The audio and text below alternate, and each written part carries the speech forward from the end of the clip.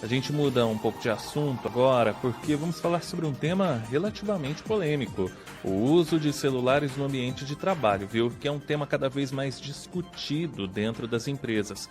Por um lado, há preocupações com produtividade, segurança e foco. Por outro, é preciso respeitar os direitos trabalhistas. A CLT não trata especificamente do assunto, mas permite que os empregadores estabeleçam regras internas, desde que não violem direitos fundamentais dos empregados. Para entender melhor até que ponto é legal restringir o uso do celular no expediente e quais os riscos para empresas que não lidam corretamente com essa questão, nós conversamos agora com a advogada corporativa, a doutora Natália Guazelli, que é integrante da Comissão de Direito do Trabalho da Ordem dos Advogados do Brasil no Paraná. Bom dia, doutora. Bom dia, Bruno. Bom dia a todos os ouvintes que nos acompanham. É uma alegria aqui estar falando sobre esse tema que, de fato, é muito polêmico. Com toda certeza, agradeço desde já a sua participação. Bom, a primeira pergunta é justamente para a gente tentar refrescar um pouco mais esse assunto. Hoje, muitas empresas têm tentado limitar o uso dos celulares durante a jornada de trabalho. A CLT, de fato, permite esse tipo de proibição? O que consta na lei, doutora? Bruno, hoje o celular é uma ferramenta naturalmente presente no contexto do dia a dia das pessoas. No entanto, a CLT ela não traz nenhuma regra específica sobre o uso do celular. Embora existam alguns acordos ali entre os empregados e empregadores, a lei propriamente não estabelece absolutamente nada, nem proibindo, nem permitindo. Pois é, e olha, em quais situações o empregador pode realmente restringir o uso do celular? A gente pode citar exemplos, por exemplo, né, no caso, áreas de risco, atividades que exigem total atenção. Tem situações claras nas quais essas proibições são permitidas? A proibição, ela fica a critério da empresa. Ela precisa só tomar um cuidado para que ela tenha uma previsão em alguma espécie de regulamento interno ou comunicado interno e seja avisada aos funcionários a base desses fundamentos para a proibição. Locais em que possa haver algum tipo de risco à segurança do trabalho ou à própria necessidade operacional, como, por exemplo, aeroporto, ou fábricas, setores operacionais, atividades que demandam uma atenção e um foco mais complexo do trabalhador, eles tendem a ser justificados mais facilmente a proibição. Mas também é necessário que haja um comunicado e uma norma interna da empresa estipulando expressamente sobre essa proibição. Perfeito. E, doutora, para que essa regra tenha validade, é preciso que ela esteja registrada, portanto, então, como você vem dizendo, nas normas internas da empresa. Como que a empresa pode se respaldar com relação a isso?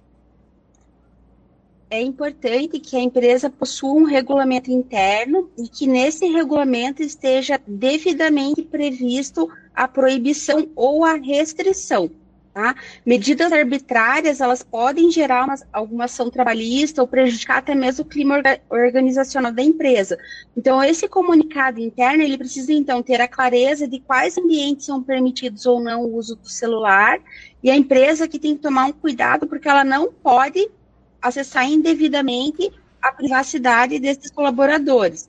Então, é preciso que a empresa estabeleça a restrição ou não e também ela disponibilize algum contato ou meio alternativo de comunicação para casos de emergência, garantindo, então, que esse colaborador possa ser acionado sem que haja uma violação da norma interna.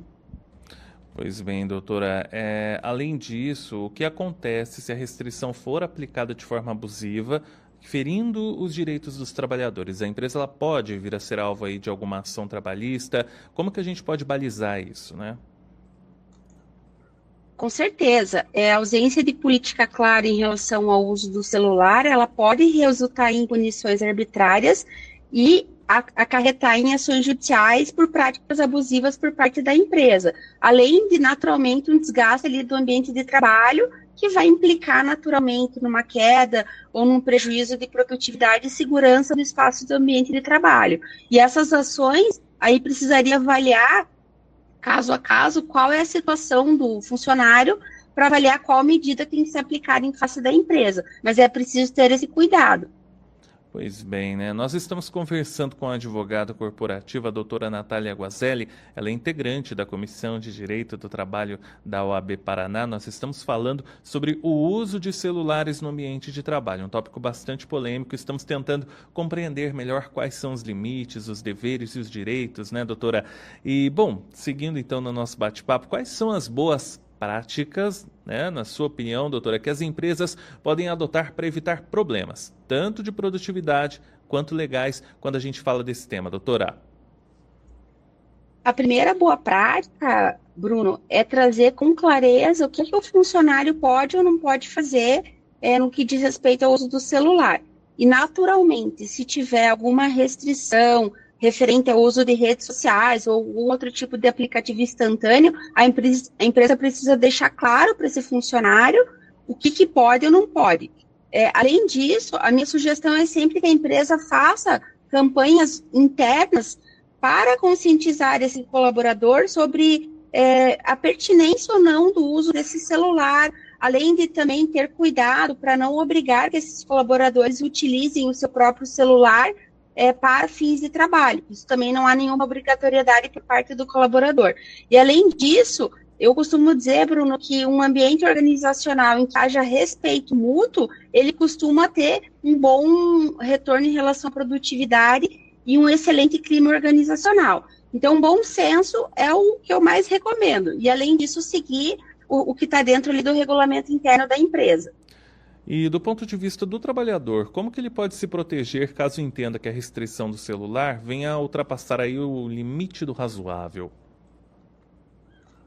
Ele pode formalizar essa queixa, né, ou se tiver algum outro tipo de violação, para o seu responsável, o seu coordenador direto, e se ele entender que ainda assim o seu direito está sendo violado, ele pode então buscar um advogado para ingressar com as medidas judiciais cabíveis para reparar esse prejuízo que ele eventualmente tenha sofrido.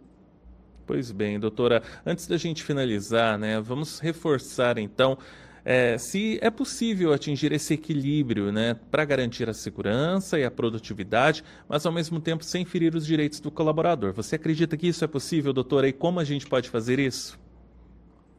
Eu acredito que sim, Bruno. Inclusive, eu vejo isso na prática. As empresas que eu atendo, nós costumamos trabalhar de uma forma em que esse tipo de situação precisa estar sempre bem claro e previsto. Quando a empresa tem uma clareza de comunicação em relação às suas políticas internas, e principalmente respeita também os seus deveres enquanto empresa, costuma funcionar.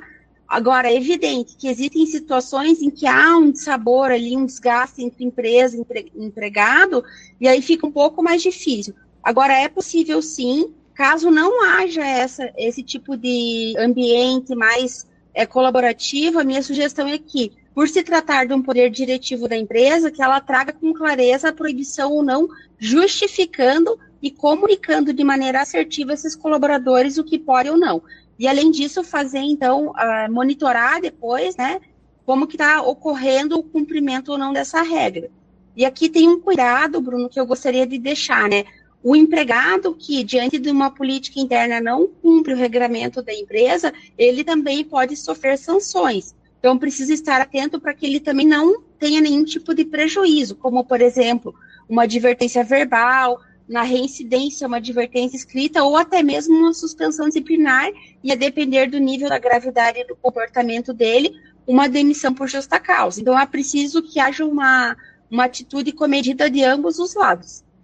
Excelente, perfeito, viu? Nós conversamos com a doutora Natália Guazelli, advogada corporativa, integrante da Comissão de Direito do Trabalho da OAB Paraná. Doutora, muito obrigado por atender a CBN e volte sempre. Muito obrigada, Bruno. Desejo uma ótima segunda-feira e uma boa semana a todos. Muito obrigada. Para você também.